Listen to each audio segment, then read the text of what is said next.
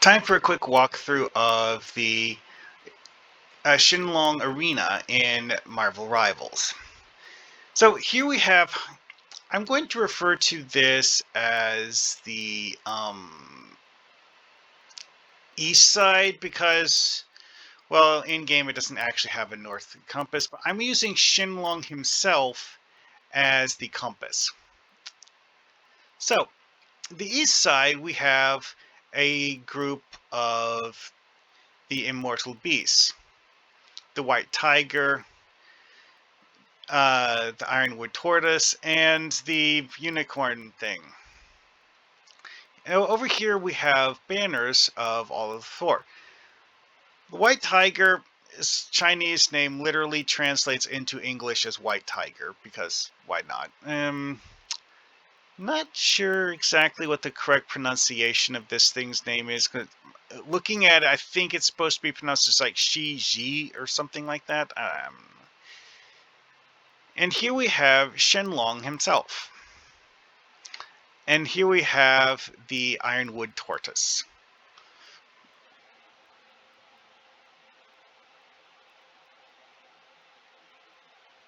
Oh yeah, Xuanwu. That's what this thing's Chinese name is. Anyway, so other than the fact that there are just random cats sitting around here, there's not really a whole lot else interesting in the spawn room, so let's move on. Yeah, this takes a bit.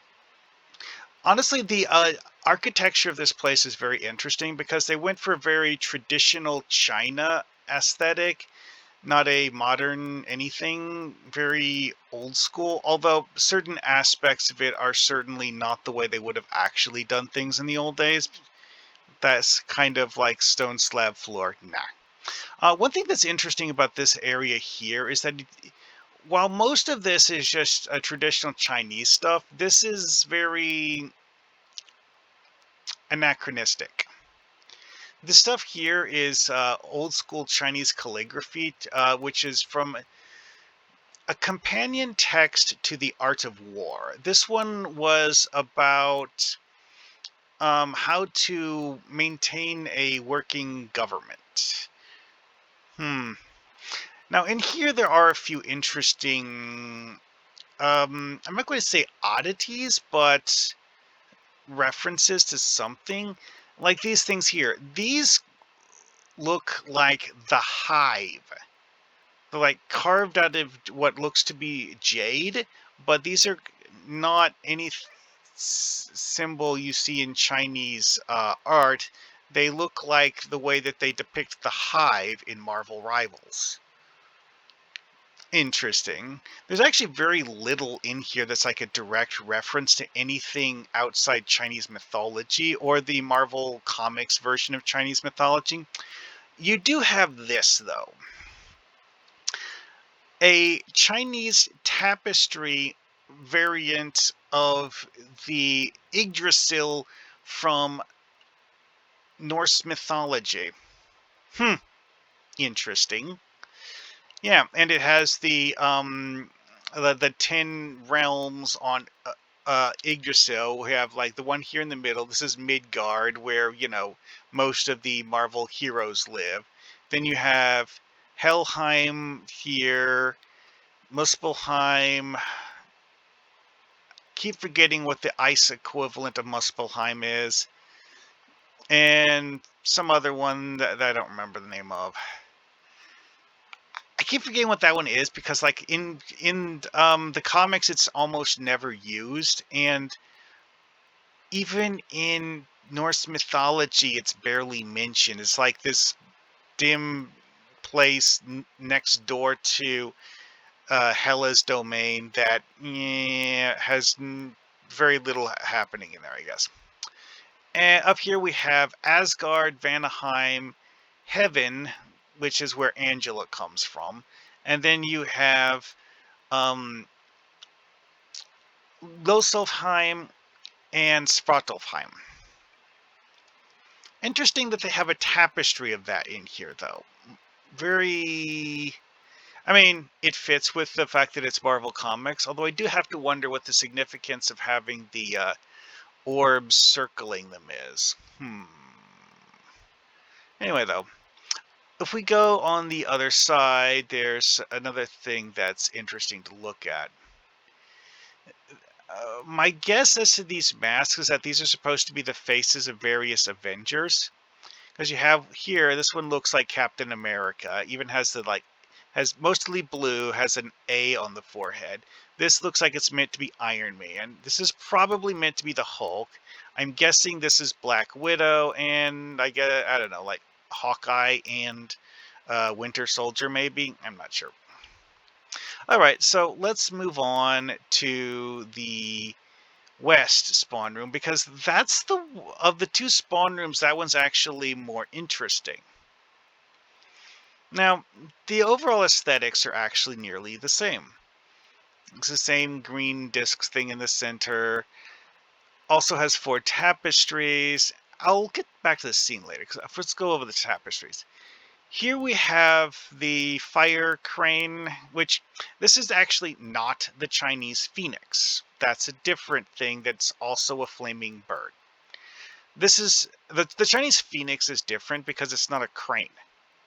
This is a crane. Yeah, this is the one that has Loki as its chosen champion. We have the spider, which is apparently said to have a warped sense of humor, which is why I decided to go with Black Widow as its champion. Although the spider in the Marvel Rival story is apparently dead, so its champion is inactive, which we have concept art of a Black Widow alternate costume themed on this, so when we'll get that, I don't know. Anyway, and then we have the burning black wolf, which chose Wolverine. Here we have the dark dragon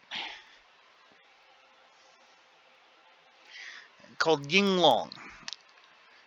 Yeah, not Shenloong, Yinglong.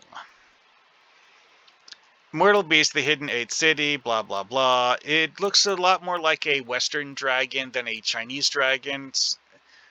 Because, well, let's face it, having a black Chinese dragon and a red Chinese dragon, I mean, you could do that, but eh. Anyway, yeah, this one shows Daredevil. Now, what's interesting here is that when you look in this area, at first glance, you're like, oh, this is nighttime, whereas the rest of the map is day. How did they do that? I cannot see any of the rest of the map from here. Yeah, when you do this, you realize that this map is actually just a spherical projection. And once you get high enough, you get above the sphere. And you realize that this whole scene is just a bubble. When you're inside the bubble, that's what you see. But yeah, it's just a environment for the spawn room that you can't actually see this bubble anywhere else on the map because they put this giant stone wall here to obstruct your view of it. The other this is the western one. The eastern spawn room, which is on the sunny side, yeah, that's just the regular Skyfile. And we have Shenloong. Now, one thing that's interesting is that Yinglong, you do not see him anywhere on this map. I'm genuinely not certain what the lore explanation for that is, but you don't.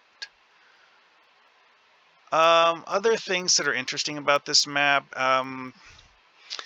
we actually have a repeat of the fog mechanic, except that on this map, they decided to make it more interesting because mostly it's just fog curtains. Like here, it's like you see this like thin layer of fog. But also is that, see this water here that you might accidentally jump into because you didn't see the fog? Yeah, the camera won't pan under it because of the fact that it's actually a kill volume. When I was testing this, oh, it's on the other side. I actually tried to fly into the water to see what would happen, and it killed me. So that's an interesting hazard. Oh, hey, you can watch me die. Wee, bonk. Yep, touch the water. Boom, dead.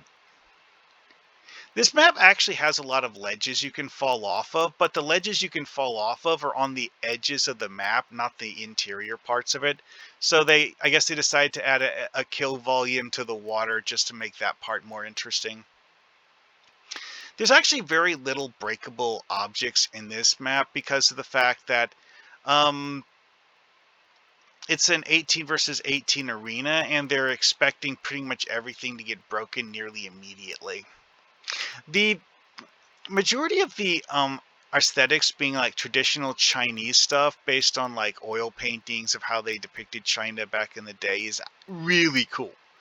It's not the only map they've done like this, but it's the one where they went all in on it the hardest. This is actually kind of neat though, because like it's enforcing the idea that these trees grew here after they built the place, so then they built more place to accompany the trees. Oh, here's another thing that's interesting. You look at these columns, which you probably wouldn't have time to look at in the game. Each of them is decorated with the image of one of the beasts. Like here we have the ironwood tortoise, the unicorn thing, and where's the face on it? Yeah, here, the white tiger. Here we have Shenloong, Yinglong, the fire crane thing, the black dog, and I guess black wolf, I don't know, and the spider. Anyway, though, yeah, it's very interesting seeing just the way that they did this, because this central structure here is a traditional Chinese pagoda, and you have examples of that are literally thousands of years old, still standing in China. Really cool. Oh, hey, from here you can actually see the bubble that they put around that. Anyway, though, the fact that we don't have Yinglong anywhere on the map, I'm wondering if there's a story explanation for that, but we'll find out later, I guess, because we haven't actually gotten to the season that this map was actually created to be part of. Yeah, the tournament story part, we haven't gotten to that season yet, so it's going to have stuff added probably when we get to that. It is very neat looking at this to see what all of the stuff is, though. Alrighty then. Well, I will see you guys later.